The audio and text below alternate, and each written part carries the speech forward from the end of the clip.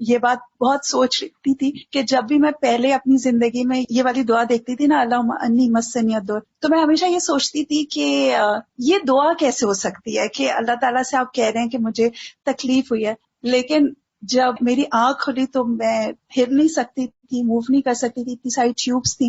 the only دعا that I could make was اللہم انی مسنی الضر، کہ مجھے تکلیف ہے، مجھے یہ نہیں پتا تھا میں کس چیز کے لیے دعا مانگوں، آنکھیں ٹھیک ہو جائے، ہاتھ ٹھیک ہو جائے، کیونکہ I couldn't move, I couldn't speak. مجھے پہلی دفعہ احساس ہوا کہ جو لوگ بات نہیں کر سکتے ہیں ان کو کتنی بے چارگی کا احساس ہوتا ہے، کیونکہ I couldn't talk. اور وہ یہ بھی نہیں ان کو سمجھ آ رہی تھی کہ یہ بولے گی تو کیسے ہم کیا کریں کہ یہ بولنا شروع ہو جائے. مینی تھنگس، مطلب تو مجھے وہ احساس ہوا کہ جو لوگ ہاتھ نہ ہلا سکتے ہوں ان کو کیسا لگتا ہوگا. اللہ تعالیٰ نے ہمیں کتنی نعمتیں دی ہیں. میں ہاتھ اٹھا کے پانی نہیں پی سکتی تھی، میں ان کو اشارے سے کہتی تھی کہ مجھے پانی دے دیں تو ان کو سمجھ نہیں آتی تھی. پھر وہ کسی طرح پانی کا گلاس قریب آیا تو میں اٹھا نہیں سکتی تھی، اٹھایا منہ میں ڈالا تو میں سوالو نہیں کر سکتی تھی. تو آئی واز جسٹ تھنکنگ کہ ایک پانی کا گلاس پینا ہم کتنا نارملی اٹھایا اور پی لیا، لیکن آپ اٹھا نہ سکیں، منہ تک لے جا نہ سکیں، اس کو ڈال نہ سکیں، اور منہ میں چلا بھی گیا تو پھر اس کو سوالو نہ کر سکیں. ایک ایکٹ میں اللہ تعالیٰ کی کتنی رحمتیں ہیں اور نعمتیں ہیں. ہم کتنی دفعہ الحمدللہ کہیں. الحمدللہ، مطلب I have a list of جو miracles ہیں. میرے خیال میں اس میں یہ ضرور کہوں گی کہ میں لوگوں کو یہ کہتی ہوں کہ میں تو معجزہ ہوں دعاؤں کا، لیکن جن لوگوں نے میرے لیے دعا کی ہے انہوں نے کتنی تڑپ کے مانگی تھی کہ اللہ تعالیٰ نے ان سب کی دعا میرے لیے قبول کی ہے. الحمدللہ. جزاک اللہ خیر. سعید کہتے ہیں کہ میں سلمان کے ساتھ کندا میں ایک مریض کی عیادت کے لیے گیا. جب وہ مریض کے پاس آئے تو انہوں نے کہا خوش ہو جاؤ. اب اگر ہم کسی مریض کو کہیں خوش ہو جاؤ تو وہ آگے سے شاید مائنڈ ہی کر جائے، لیکن ساتھ ہی انہوں نے یہ کہا کہ بے شک مومن کے مرض کو اللہ تعالیٰ کفارے اور اپنی رضا کا سبب بنا دیتے ہیں، اور فاجر کا مرض ایسا ہے جیسے کہ اونٹ کہ اس کے مالک نے اسے باندھ دیا، اس کے بعد چھوڑ دیا اور اسے خبر نہیں کہ کیوں باندھا اور کیوں کھولا، کیوں ہنکا دیا. پھر اسی طرح آگ کے عذاب کا بدل بننے کے لیے بھی بیماری آتی ہے، یعنی آخرت کے عذاب سے بچاؤ کے لیے. ابو ہریرہ سے روایت ہے کہ رسول اللہ صلی اللہ علیہ وسلم ایک مریض کی تیمارداری کے لیے تشریف لے گئے جسے بخار تھا. میں بھی آپ کے ساتھ تھا. آپ نے اسے فرمایا خوش ہو جاؤ، بے شک اللہ تعالیٰ فرماتے ہیں یہ بخار میری آگ ہے جسے میں اپنے بندے پر دنیا میں مسلط کر دیتا ہوں تاکہ اس کی آخرت والی آگ کے عذاب کا بدل بن جائے. اس لیے بخار کو کبھی برا بھلا نہیں کہنا چاہیے، نہیں، دنیا کا بخار آخرت کے عذاب سے بچاؤ کا ذریعہ بن جاتا ہے. پھر اسی طرح عام دنوں میں انسان جو نیک عمل کرتا رہتا ہے، بیماری میں اگر نہیں کر سکتا تو وہ اس کے لکھے جاتے ہیں. نبی صلی اللہ علیہ وسلم نے فرمایا دن بھر کا کوئی عمل ایسا نہیں جس پر مہر نہ لگائی جاتی ہو. چنانچہ جب مسلمان بیمار ہوتا ہے تو فرشتے عرض کرتے ہیں اے اللہ، اے ہمارے رب، تو نے فلاں بندے کو روک دیا، یعنی اب وہ یہ نہیں کر سکتا جو پہلے ہر روز کرتا تھا. رب عز و جل فرماتا ہے کہ اس کے تندرست ہونے تک جیسے وہ اعمال کرتا ہے ان کی مہر لگاتے جاؤ، یا یہ کہ وہ فوت ہو جائے تو پھر اور بات ہے. یعنی بیماری میں ان سارے اعمال کو اس کے لیے مہر لگاتے جاؤ، یعنی انہی اعمال کو ریپلیکیٹ کرتے جاؤ کہ گویا کہ وہ کر رہا ہے. رسول اللہ صلی اللہ علیہ وسلم نے فرمایا جب کوئی بندہ بیمار ہوتا ہے یا سفر میں جاتا ہے تو اس کے وہ تمام عمل لکھ دیے جاتے ہیں جو وہ حالت قیام اور زمانے تندرستی میں کیا کرتا تھا. اور دنیا میں جن پہ تکلیف آتی ہے اگر وہ صبر کرے تو قیامت کے دن ان کو ملنے والے اجر کو دیکھ کر لوگ تمنا کریں گے کاش ہماری جلدیں کینچیوں سے کاٹ دی جاتی. پھر اسی طرح بعض بیماریوں میں جب لوگ فوت ہو جاتے ہیں تو شہادت کا ثواب ملتا ہے. رسول اللہ صلی اللہ علیہ وسلم نے فرمایا فی سبیل اللہ مارے جانے کے علاوہ 7 طرح کی شہادت اور ہے. ایک وہ جو طاعون کی بیماری میں مرے، دوسرے جو پانی میں ڈوب کر مرے، تیسرے جو ذات الجم جیسے پھیپھڑوں کی بیماری اس میں مرے، چوتھا پیٹ کی بیماری میں مرنے والا، پانچواں جل کر مرنے والا، چھٹا چھت یا دیوار کے نیچے دب کے مرنے والا، ساتویں وہ عورت جو حاملہ ہو اور مر جائے. یہ سب شہید کہلائیں گے، یہ سب بھی شہادتیں ہیں. پھر اللہ کے اذن سے بیماری جو ہے وہ جنت میں داخلے کا ذریعہ بھی بنتی ہے.